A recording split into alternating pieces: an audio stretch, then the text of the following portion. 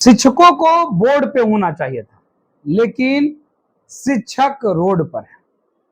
अतिथि शिक्षक लगातार मांग कर रहे हैं कि जब विद्यालय की स्थिति खराब थी, उस वक्त हम लोगों ने शिक्षा विभाग को सहयोग किया, यानी विद्यालय जाकर के बच्चों को पढ़ाया।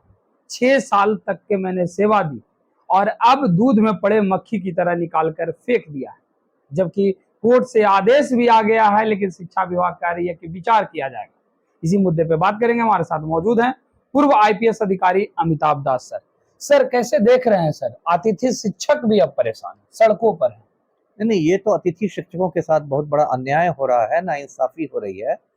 देखिए, मैं बता दूं दर्शकों को, ये होते क्या, जो अतिथि शिक्षक है जिनको इंग्लिश में गेस्ट टीचर्स कहते हैं, एक्चुअली बिहार में होता क्या था कि बहुत ज्यादा शिक्षकों की रिक्तियां हो गई थी। बहुत लोग, मान लीजिए पुराने शिक्षक हैं, रिटायर कर जाते हैं, और खास के गणित में और विज्ञान विषयों में देखा गया था कि मतलब शिक्षकों की कमी से बहुत पढ़ाई बाधित हो रही है बच्चों की। बिल्कुल। तो शिक्षा विभाग ने अतिथि शिक्षकों का एक मतलब प्रावधान रखा। हाँ। और उसमें कहा गया कि ये गेस्ट टीचर्स को मतलब लिया जाएगा और जिला स्तर पर ही इनकी मतलब आप कह सकते हैं नियुक्ति होगी। और नियुक्ति के दो मतलब मापदंड रखे गए थे। एक तो बीएड की डिग्री, जो बीएड की डिग्री तो शिक्षकों के लिए बहुत जरूरी होती है, और एक उनका अनुभव क्या है, एक्सपीरियंस।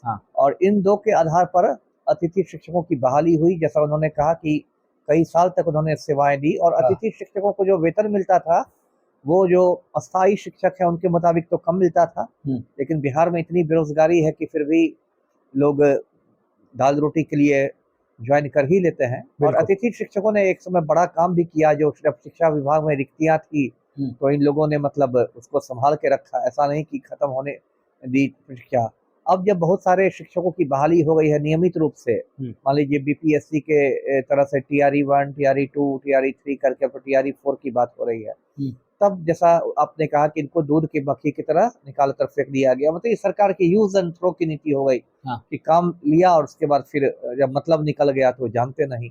तो इनके साथ कहीं ना कहीं अन्याय हुआ है। देखिए, सबका घर है, परिवार है, बाल है, बच्चा है, ऐसे कोई व्यक्ति थोड़ा ही रहता है, सबकी रोजी रोटी चलनी चाहिए। बिल्कुल। लेकिन सरकार एकदम संवेदनहीन है। देखिए, जब इनको हटाया गया था तो इन लोगों ने हाई कोर्ट में चुनौती दी थी, और हाई कोर्ट का जो फैसला आया था वो इनके पक्ष में आया था। हाँ, हाई कोर्ट का फैसला इनके पक्ष में आया था।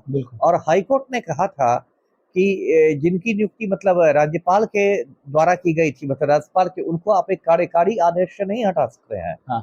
और एक ये भी बिंदु था, और एक हाई कोर्ट ने ये कहा था कि आप बिना उनका पक्ष सुने नहीं उनको हटा सकते हैं। बिल्कुल। देखिए, प्राकृतिक न्याय का एक सिद्धांत है, नेचुरल जस्टिस का, पूरी दुनिया में वो माना जाता है, प्राकृतिक न्याय का।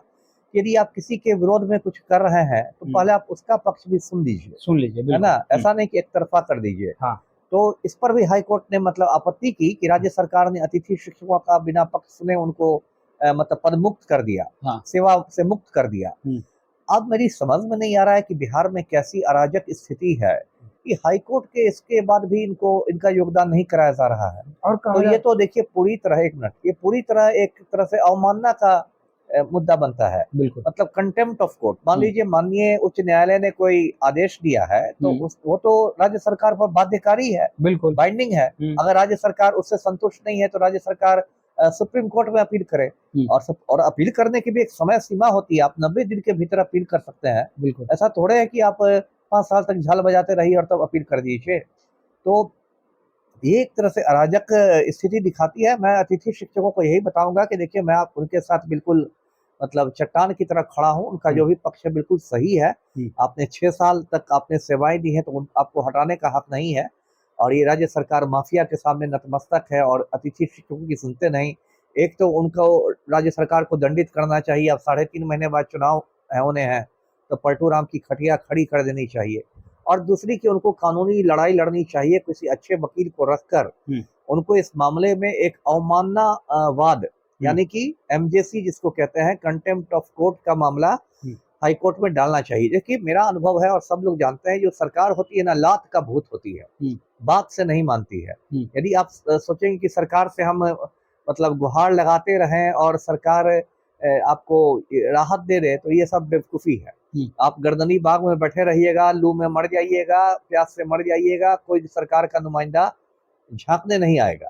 सरकार लात का भूत होती है जब उसको कोर्ट की फटकार लगती है, कोर्ट का चाबुक पड़ता है, जब शिक्षा विभाग के बड़े बड़े जो अधिकारी हैं, एसीएस हैं या बाकी अधिकारी हैं, जब उनकी अपनी गर्दन फंसने लगेगी अवमानना में, कंटेम्प्ट में, तब वहां पर खलबली मचेगी। तो मेरा यही उनको सुझाव है जी। तो ये थे हमारे साथ पूर्व आईपीएस अधिकारी अमिताभ दास, जिनसे तमाम बातें सुनी, खुले तौर पर समर्थन इन्होंने किया है। कहा है कि कोर्ट में एक बार फिर से अच्छे वकील को हायर करके आप अपनी लड़ाई को लड़िए, क्योंकि सरकार जो है गूंगी बहरी सरकार है, सुनने वाली सरकार नहीं है। अगर गर्दनी बाग में बैठे हैं तो बैठने से कुछ नहीं होगा, इसके लिए लड़ाई आपको लड़नी पड़ेगी। फिलहाल इस खबर में इतना ही, धन्यवाद।